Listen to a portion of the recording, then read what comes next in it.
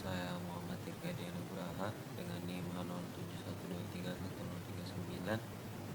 Jadi sebagai tugas pengganti ujian akhir semester, saya akan menjelaskan tentang ekonomi digital dan e-bisnis, fondasi era baru. Jadi ini untuk mata kuliah bisnis intelligence. Jadi sedikit pengantar, di era yang terus berkembang ini pemahaman tentang teknologi internet dan data menjadi sangat krusial. Jadi itulah kenapa pentingnya kita mempelajari bisnis intelligence, karena tentunya perpaduan antara bisnis dan teknologi diperlukan di era yang sudah sangat maju ini. Next, jadi perlu kita memahami apa itu ekonomi digital dan peran data. Jadi ekonomi digital adalah sistem ekonomi dinamis yang berbasis pada teknologi digital, internet, dan data. Dalam sistem ini, data bukan hanya informasi, jadi melainkan dia menjadi aset utama dan pendorong inovasi.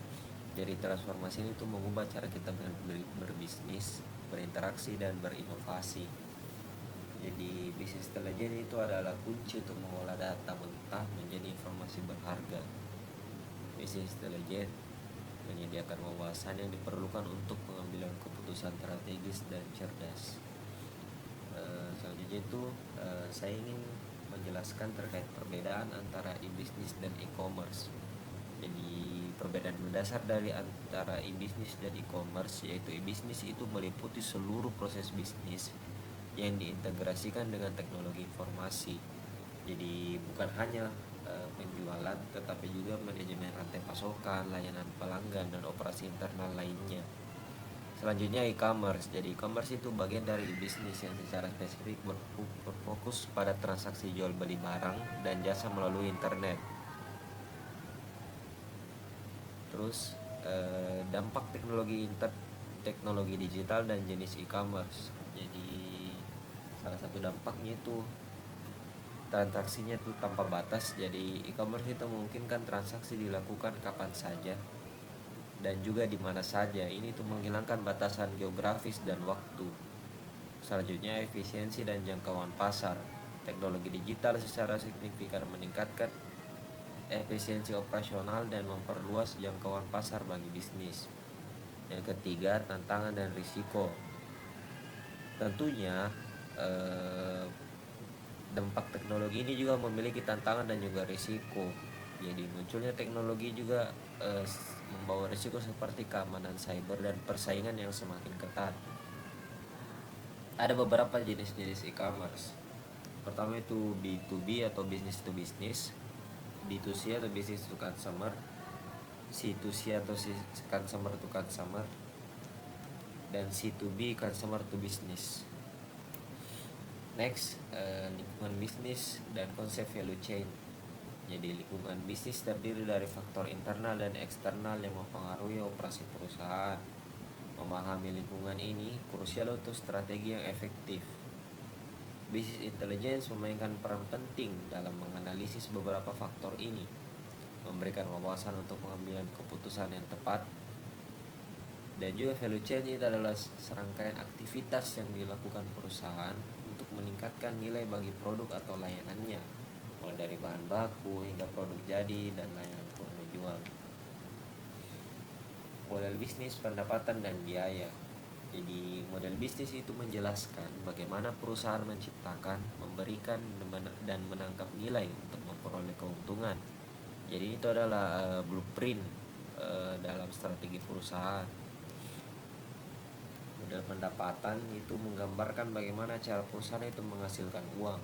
Contohnya meliputi model berlangganan, pendapatan iklan, ataupun lisensi.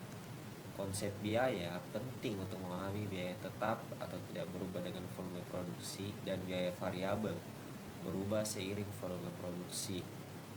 Ada juga yang disebut break-even point. Jadi ini digunakan untuk menentukan titik impas di mana total pendapatan sama dengan total biaya. Arsitektur dan infrastruktur bisnis intelligence. Jadi arsitektur bisnis intelligence itu meliputi alat analitik yaitu business intelligence, visualisasi, laporan, katalog dan indeks. Jadi isinya itu metadata dan optimasi. Data warehouse yaitu penyimpanan yang terintegrasi. ETL atau ELT yaitu ekstrak, transformasi dan menguat. Data streaming, event dan log real time. Dan sumber data itu basis data operasional dan file. Selanjutnya itu strategi business intelligence dan konsep nilai waktu uang. Jadi yang pertama itu strategi business intelligence, yaitu strategi itu harus selaras dengan tujuan bisnis inti dan memberikan nilai ekonomi yang terukur. Yang kedua present worth, jadi ini tuh menghitung nilai sekarang dari semua biaya dan manfaat masa depan suatu proyek atau investasi. Yang ketiga itu time value of money. Jadi ini tuh menyatakan bahwa uang yang diterima hari ini lebih berharga daripada jumlah yang sama di masa depan. Bunga ekuivalensi dan MR. Jadi bunga majemuk itu bunga yang dihitung berdasarkan pokok awal dan bunga yang telah terakumulasi dari periode sebelumnya. Kunci itu untuk pertumbuhan investasi. Yang kedua itu ekuivalensi, mengacu pada konsep nilai uang yang setara pada titik waktu yang berbeda. Ini juga itu mempertimbangkan dari bunganya, bunga nominal dan efektif. Jadi ini itu penting untuk membedakan antara tingkat bunga yang dinyatakan dan tingkat bunga aktual yang diperoleh atau dibayar dalam kurang efektif. MR atau minimum acceptable rate of return, yaitu tingkat pembelian minimum yang diharapkan investor untuk membenarkan investasi. Next, yang terakhir itu adalah evaluasi business intelligence dan annual worth. Jadi faktor keberhasilan business intelligence yaitu yang pertama adalah teknologi, pemilihan platform dan alat yang tepat, data, kualitas dan ketersediaan data yang akurat. Yang ketiga itu SDM, keterampilan tim dalam mengelola dan menganalisis data. Yang keempat itu adalah strategi, yaitu penyelarasan bisnis intelijen dengan tujuan bisnis yang jelas. Jadi annual worth adalah metode evaluasi investasi yang mengubah semua biaya dan manfaat menjadi nilai seragam tahunan. Ini memungkinkan perbandingan proyek dengan umur yang berbeda. Oke, sekian dari saya. Lebih dan kurangnya mohon dimaafkan. Wabillahi taufiq wal hidayah. Wassalamualaikum warahmatullahi wabarakatuh.